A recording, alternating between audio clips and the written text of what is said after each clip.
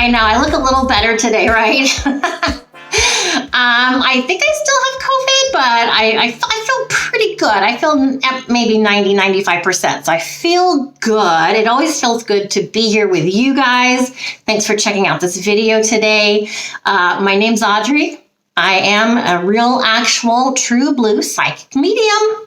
I know, didn't ask for it. I wanted to be a lawyer or something when I was young. But thanks for checking out this video. Before we get started, please, let's get the business done. Then you can relax with me for the remainder of the video. Like this video, subscribe to the channel, and share the video. It's really easy to go and click the forward button. Tons of ways to share YouTube videos with all kinds of people. So thanks ahead of time for doing all of that. I really appreciate it. And remember, when we get to 1,000 subs, I can go live and talk to you guys and interact with you, which is so exciting. I used to get like 800 people in the room before. If you guys were with me at my last YouTube channel, we had a good time, and it's good bonding time, and it's good for us to get together. So I look forward to that really soon. So hit that subscribe button. So, okay, I have a few drinks down here because I am still a little parched. I did get my hair cut yesterday. I did get it colored. I treat myself once a year to a professional color. It's so expensive. I don't want to pay that every 6 weeks or even 6 months. So I go once a year. It was $200 just for the color. And I'm looking at it going, I think I could do this myself. So we'll see. I think I can do as good of a job that she did. This is someone I had been going to many years ago. So anyway, got that done professionally and threw some makeup on. No eyelashes. So I'm going to try the collagen like someone recommended. I'm going to try that, and just to let them breathe for a while and see if they grow back. Because I don't know about you, but one thing in my life is I don't have enough time for everything in the day. I hated sitting in the chair at the salon yesterday for 4 hours to get my hair cut and colored. That's stupid. It's not worth it to me. So I'm trying to find other ways to save time. So if I can get away with not having to go lay down for an hour every 3 weeks to get my eyelashes done and the travel time and all that, I don't want to do it. I don't want to do it anymore. I don't. So anyway, let's get on with the good stuff. So get comfy.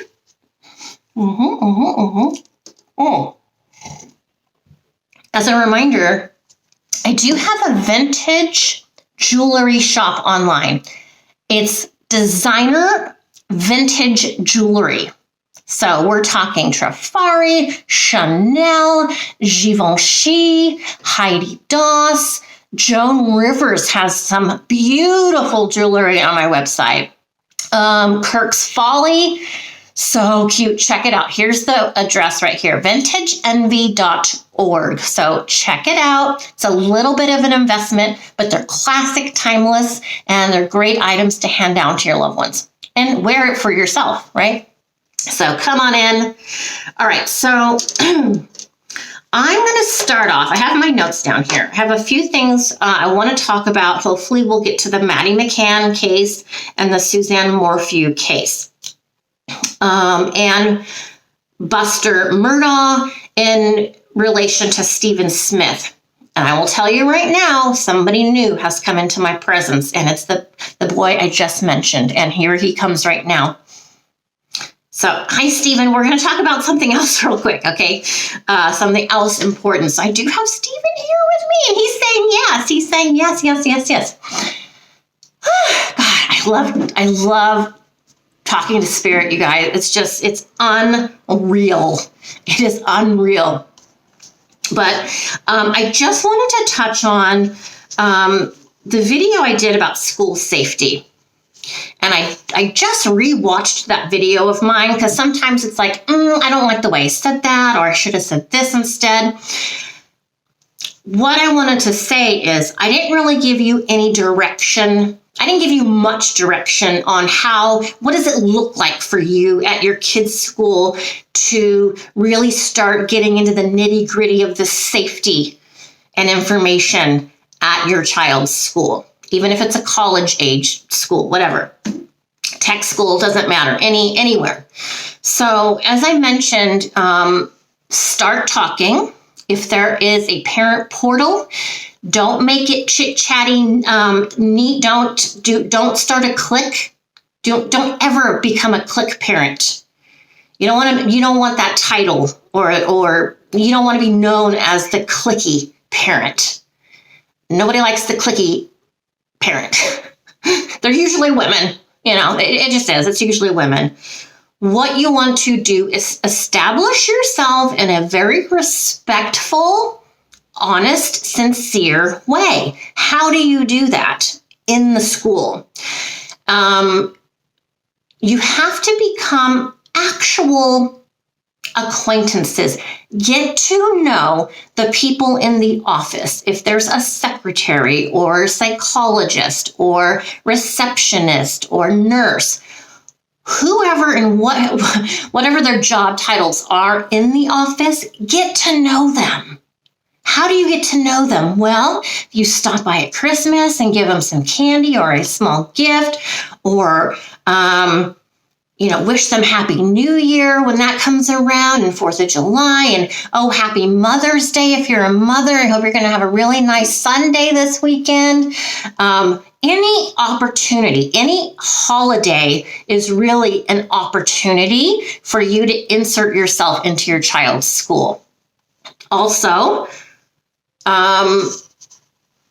it's a good way to know who these people are, who your child is with 8 hours out of the day in the office.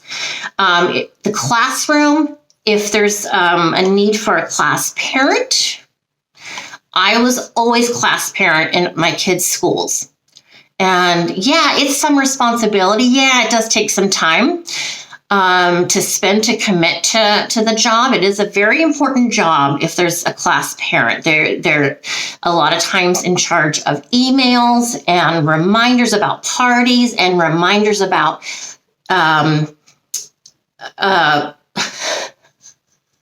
allergies, nut allergies, food allergies, who's a vegetarian, whatever the case may be. Room Mom is an excellent way to get to know the classroom and some of the other parents, and maybe even be recognized at the school as a really, a great help of the school, of the classroom, to the teachers, whatever the situation is.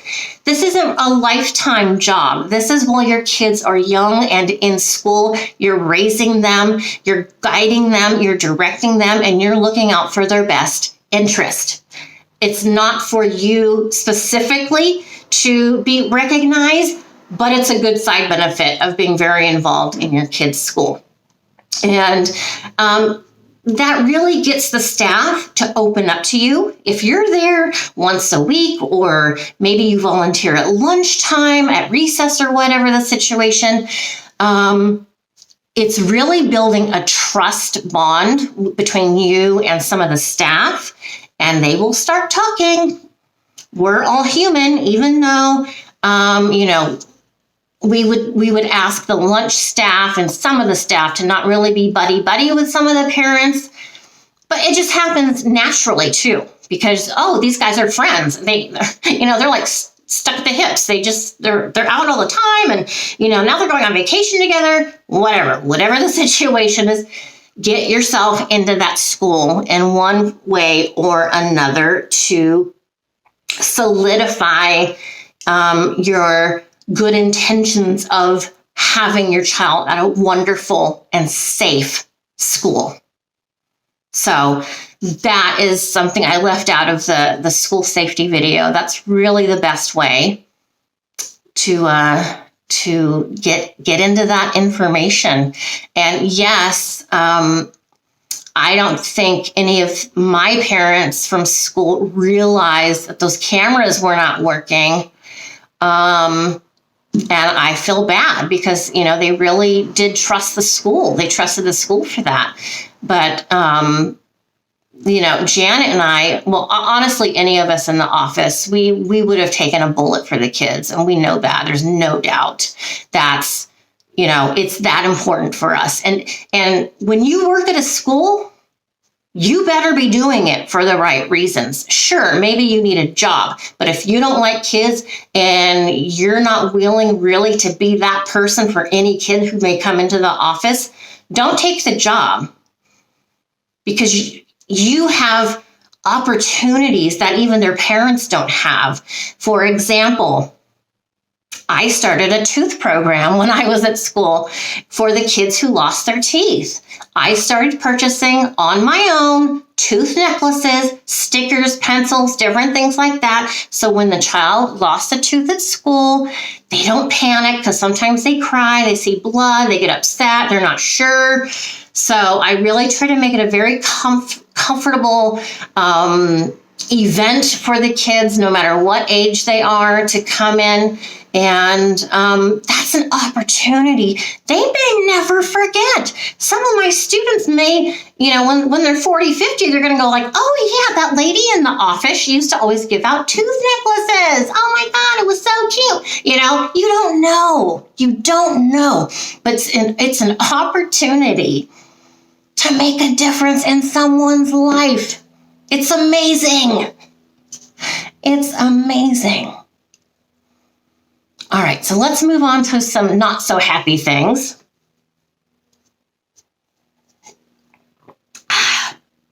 This is my third cup of coffee.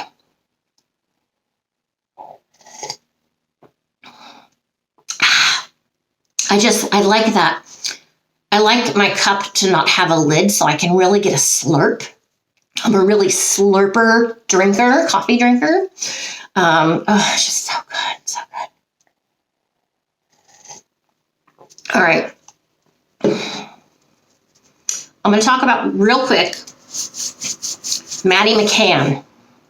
I really don't know anything about that case. It's a I believe British family. They were on vacation in Portugal. The little girl disappeared. Unusual circumstances. Parents will say they left the kids there. I think MADDY was the oldest who was left behind while the couple of families went out to dinner or something. They went out. Yeah, they went out to dinner. So I don't know a lot about that case, but what I do want to respond to, though, is the young woman who we've been seeing claiming or suspecting, really, she's suspecting that she's MADDY MCCANN. And I hope I'm saying the name right. I don't think it's McCain, right? It's McCann. Okay. If I'm saying it wrong, I apologize. So I did YouTube it. I went on YouTube just to see what's what, because as a psychic medium, I can tell a lot of things by someone's behavior, just not in a behavioralist kind of way, not like that, but in a psychic way, by the look in their eyes, their just the way they look, not so much their movements, but just I can read and interpret that energy that I'm feeling. It's sort of an invisible clue for me. And I came across a video of the young woman on the Phil, what's his name? Dr. Phil? Dr. Phil show. I thought it's a little weird she would be on Dr. Phil.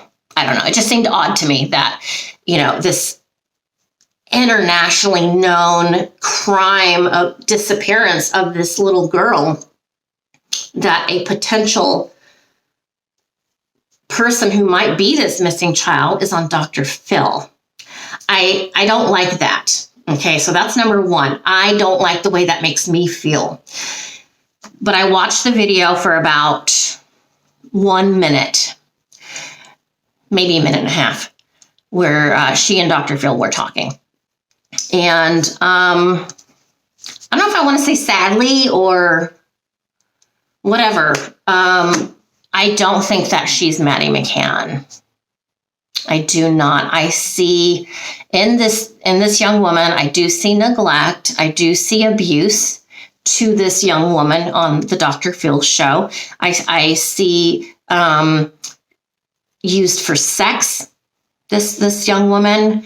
I see a lot of really negative things. But one of the more important things I see is manipulation.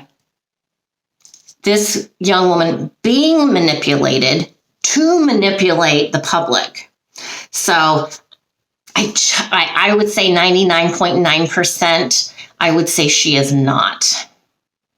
And I know it's, we hold our breath. We always hold our breath when there's a missing child or a weird situation with a kid and we just want the child back.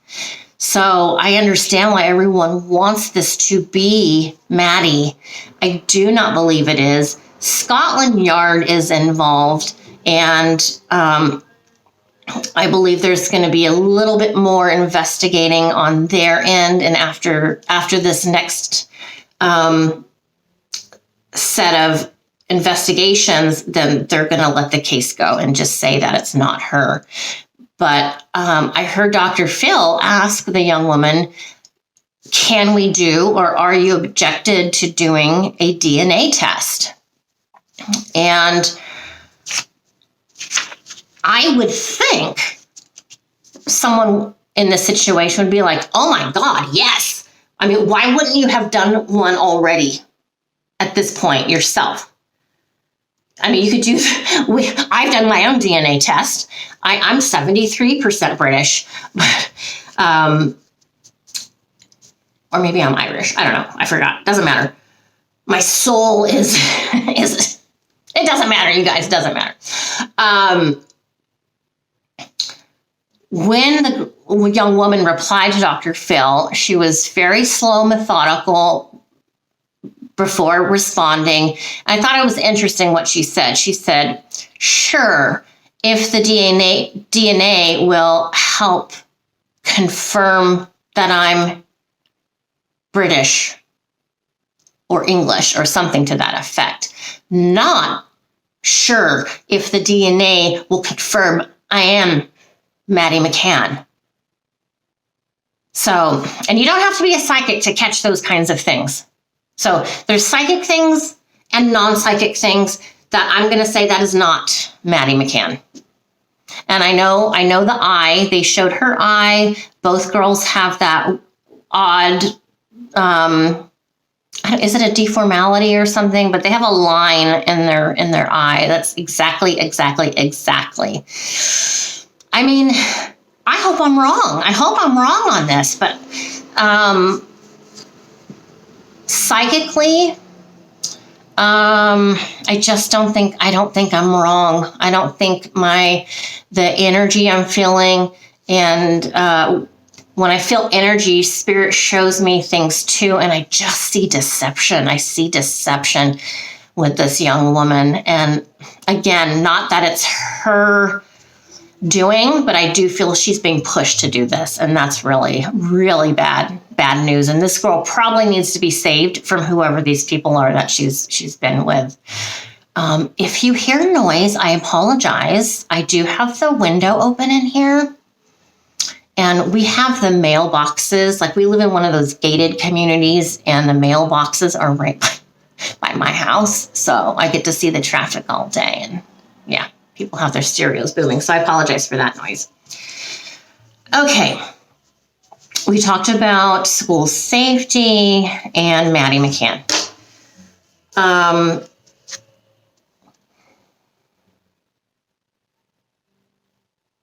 Are they gone? Okay. All I can hear is Mexican music.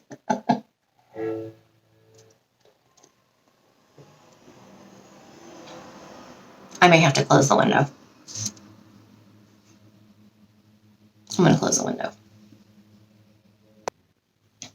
That person had some nice 80s rock and roll going, which I miss. How come there's no rock and roll anymore? What happened? God, that was just so... AC/DC and All of them. Foreigner. Oh gosh, good old days. Okay, so I'm going to skip over Suzanne Morphew for the moment because I want to talk about Buster Murdaugh and Stephen Smith. So, if you're on my channel, you're probably aware of the whole Alec Murdaugh trial, accusations, convictions, a lot of weird things, people dying, weird things happening with those people. And we saw Buster Murdaugh on the stand during his dad's trial. So I was kind of scoping him out then. I didn't know at that point that there was going to be this questioning about his school friend, Stephen Smith.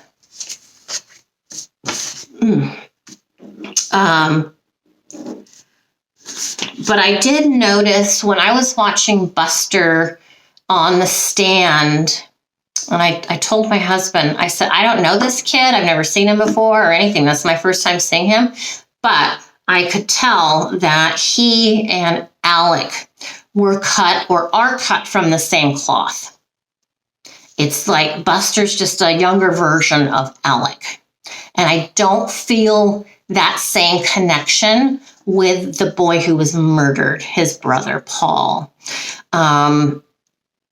But I think Buster's a little more reserved and less outward, less obvious about things than his dad has been. So when this death came up about this boy, Stephen Smith, I watched it on, was it Netflix? I don't know. I have Netflix, Hulu, Amazon Prime. I have like 8 different apps I can watch shows on. I want to say it was Netflix. It was about Alec Murdaugh and family and a lot of different things. They introduced the situation with Stephen, who he was, and that he was gay and a good kid, and he was friends with Buster. And then apparently people started talking, as they do at school, in high school, and rumors start going, and maybe they're not rumors, maybe it's the truth, it just depends. But the rumor was that Buster and Stephen were interested in each other, or kind of close, or, kind of the impression that, is Buster gay? I didn't know that. Or bisexual, who knows, whatever. So that was on the video. And I thought, oh, that's interesting. So after watching that show, just over the course of since then to now, Spirit has shown me.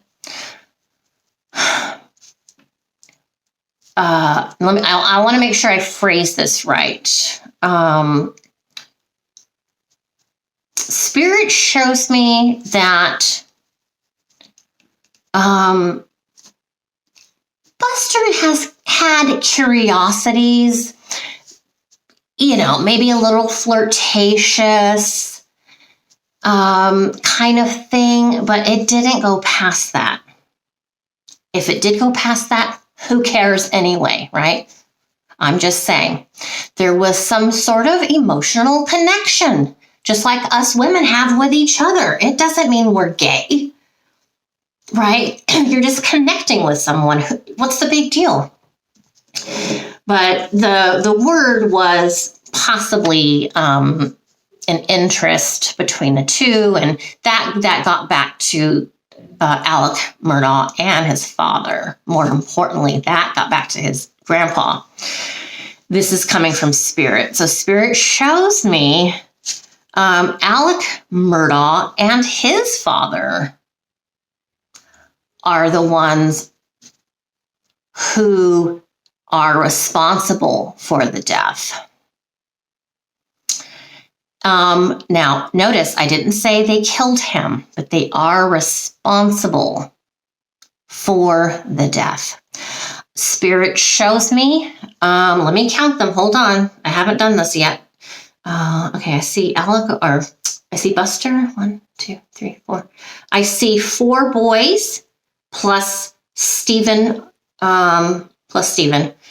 So I see Buster with his hands off, and I'm talking about the night that Stephen was murdered. It was a murder. It was not an accident. It wasn't a car accident. It was not a manslaughter. It was a flat outright murder. Is that manslaughter? I get my terms mixed up sometimes. It was. I just want to make sure I'm saying this right. It was an intentional murder. It wasn't an accidental murder. It's not like in a car accident where you crash into someone and they die. Not that kind of accident. This was intentional. But I see, and this is important, I see Buster's hands off of Stephen. No contact at all. No matter how much DNA you check, whatever, you're not going to find his DNA. You're not going to find Buster's DNA on Stephen. I do see the other 3 boys. And I haven't really opened myself up yet for the visual of the actual murder itself. But I do see the... I can't say that on here, can I? If you know how to say cheese grater in French, it's the same word in English that I'm trying to use for this situation of penetration. It's spelled the same. Cheese grater in French is spelled R-A-P-E.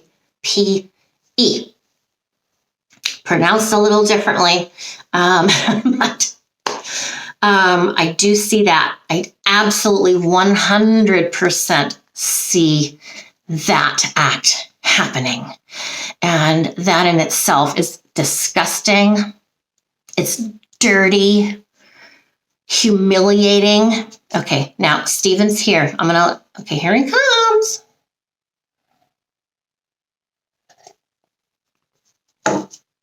He's here. Hi, Stephen. He's getting in my body, and that makes me tend to cry a little bit sometimes.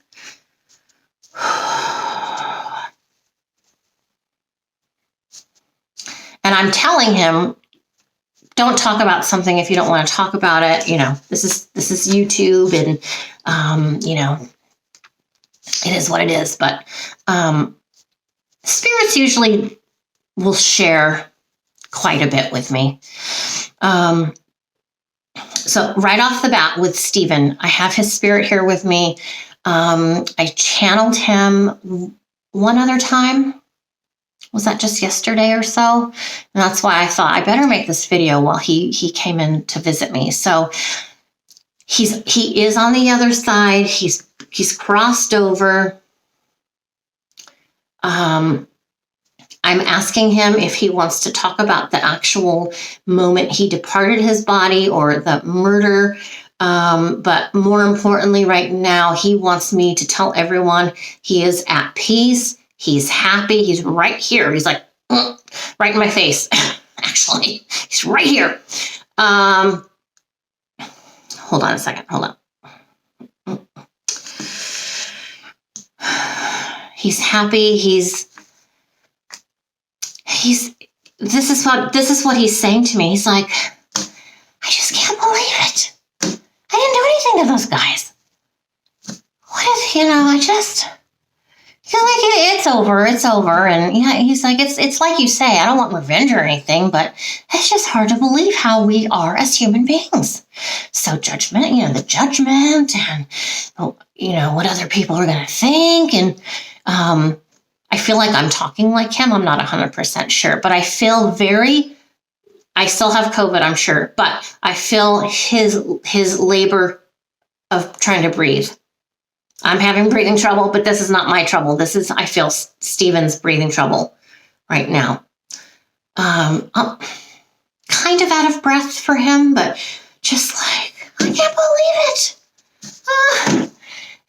And my mom and my family and, the Murdaughs and, no one knew what happened and there's questions around it. He says it doesn't need to be like that.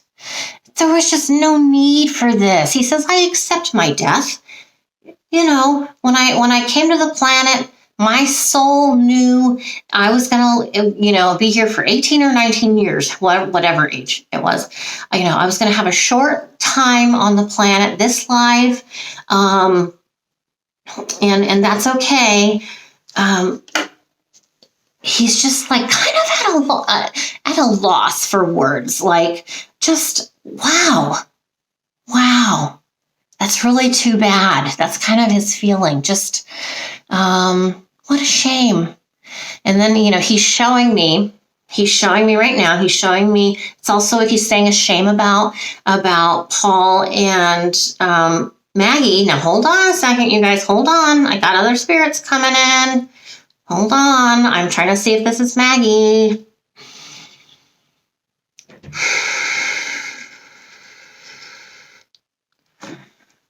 Okay.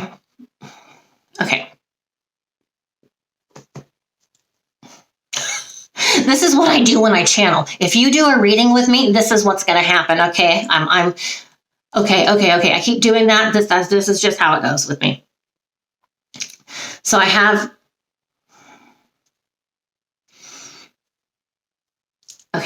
for the first time, I have Maggie and Paul here.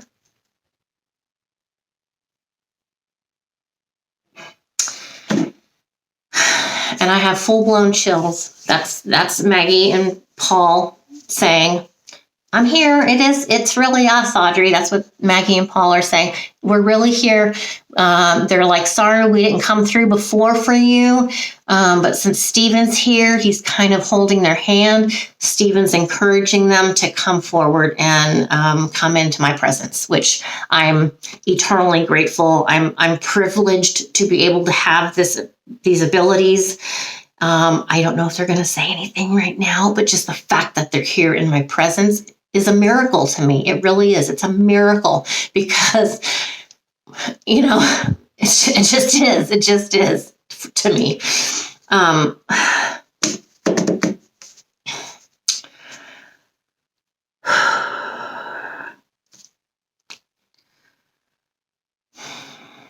feel like Maggie and Paul,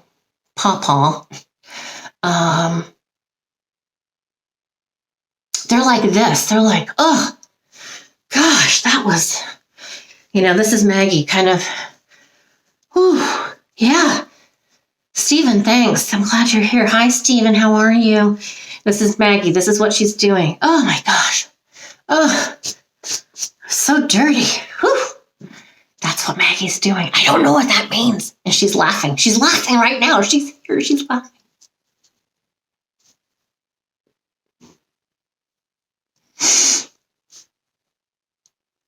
Do you understand? Do you understand what it's like for me? I'm talking to a woman who was murdered and her son and this other kid.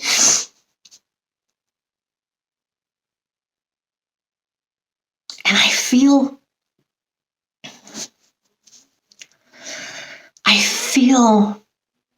Maggie's shock.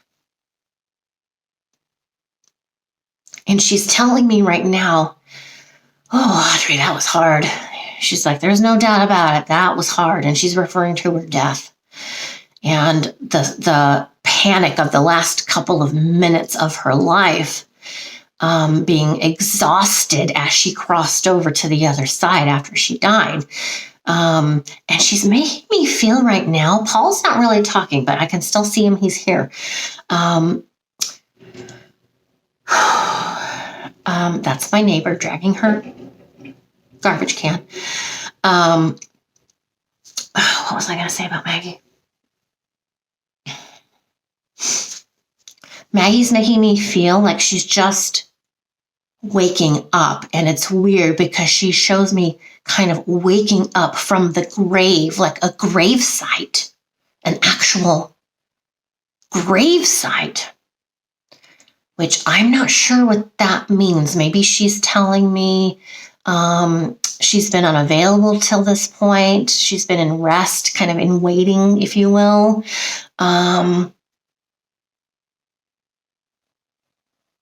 She's right here. She's right here. Paul's kind of over here. And I have Stephen again. He's right here.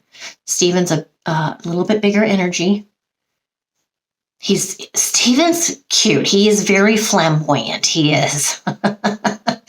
Now remember, there's no gender on the other side. But what Stephen's doing, he's connecting me with Stephen who was here on the planet, the Stephen who people would recognize. So people would say, yeah, he was kind of flamboyant. He was one of, those kind of people. Okay, hold on. I'm going back to Maggie. Hold on. This is why I wish we could do live shows, you guys. We could do this together. You could watch with me.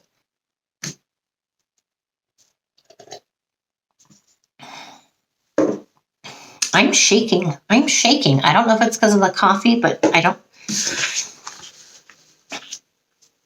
I feel Maggie.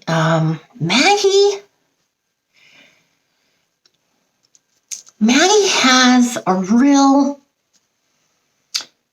I want to describe her energy. She's a very solid mother. Like, there were no bones about the fact that Maggie loved her children and loved being a mother.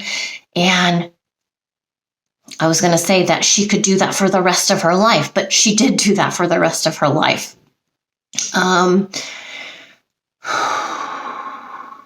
She's showing me Alec.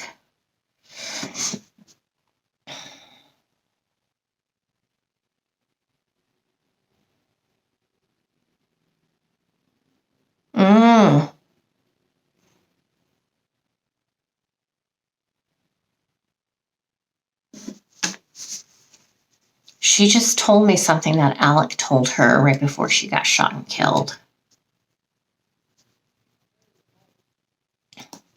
Something to the effect of, Maggie, don't run. Maggie, just don't run. Like, it's over, Maggie. Just don't run. We're going to get you anyway, kind of feeling. That's terrifying. And hearing her, what happens is she's giving me the recording or the energy of Alec actually saying those words to her. So it's as if I'm in her body, and I'm hearing that from Alec right now. So I'm experiencing that panic right now. Maybe that's why I'm shaking, because Alec is just like, it's over. Just Maggie, don't run. And there was no really need for the men, because remember what I said, what Spirit said, Alec didn't kill them. It was a couple other men involved. These men really didn't need to run. They had their weapons. Their weapons were going to get Maggie, even if she ran a little bit off. Man. Feeling that terror from Maggie. Maggie says, I almost felt like it was a nightmare, that I was going to wake up, because I couldn't believe what had just happened to my son. There's no way that was real. This is what she's saying to herself at the moment, a split second between Paul being shot and her being shot. It's one of those situations. She's showing me it happened in slow motion, but then it happened in a split second, all at the same time, where, and I understand what she's saying. I have nightmares like this, and that's exactly right. It's like, this is so bad this isn't real, and I know this isn't real because I'm going to wake up, because there's no way this would happen to me in my real life. This just isn't going to happen. And that's what she was feeling before she got shot. Oh, man. So, Alec, he didn't get the death penalty, did he? Alec Murdaugh. He didn't get the death penalty, I don't think. I'm surprised he didn't get the death penalty, honestly.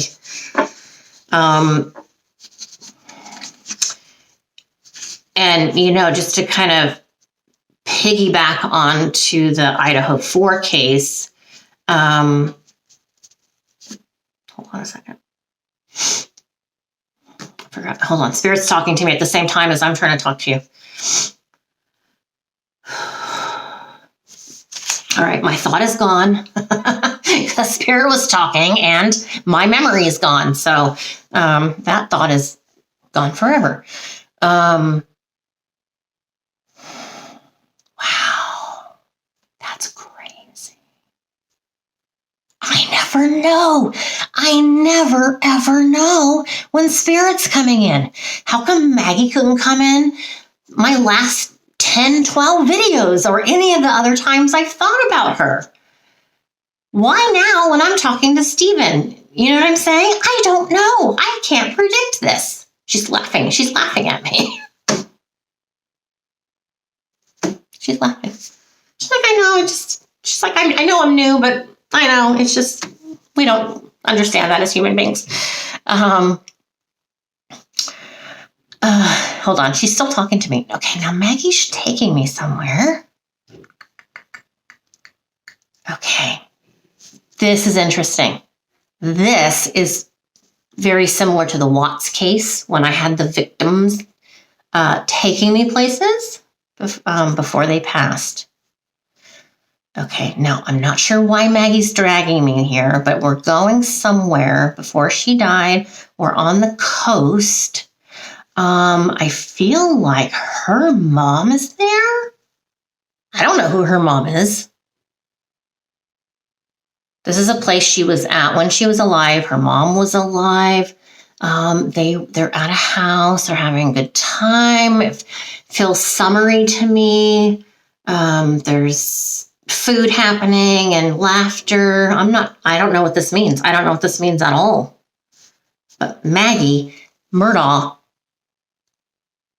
has taken my energy in a split second, taken me to this event in the past, and has brought me back all at the same time. It's crazy. So I don't know what she's trying to tell me right now about this evening. Excuse me. Hopefully she'll continue to come into my presence and talk to me. Okay.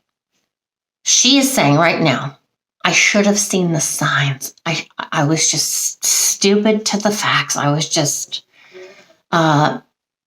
she says, it's not that I was looking the other way. It's just that she was just so happy being a wife and a mother. She never thought when she was alive that anything would happen to her or her kids. But she keeps showing me Alec at this event, at this dinner party or whatever we have here. It's looks like a white house, kind of I kind of get New England feelings around this white house, just really beachy and nice. So I don't know. You guys may know who her mother was, where is she? Is there a house on the coast? Was there an event where something happened that night? Maybe you guys already know. Maybe something happened on one night at someone's house. I don't know. She's not telling me a whole lot. Sorry, gotta open this drink. Okay, and I get really thirsty when I start channeling.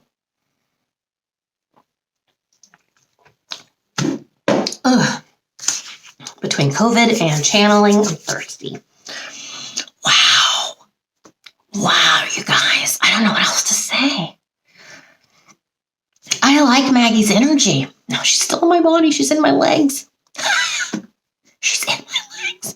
I'm like, why are you going down to my legs? Excuse me. I don't know what that means. I don't know.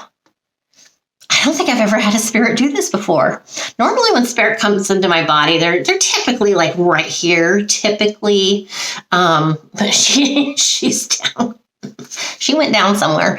Paul's here. He's still quiet. He's still over here. I'm asking right now is if he's able to talk or if he's still kind of in that sleeping mode, but I'm not getting any response on that. So that's okay.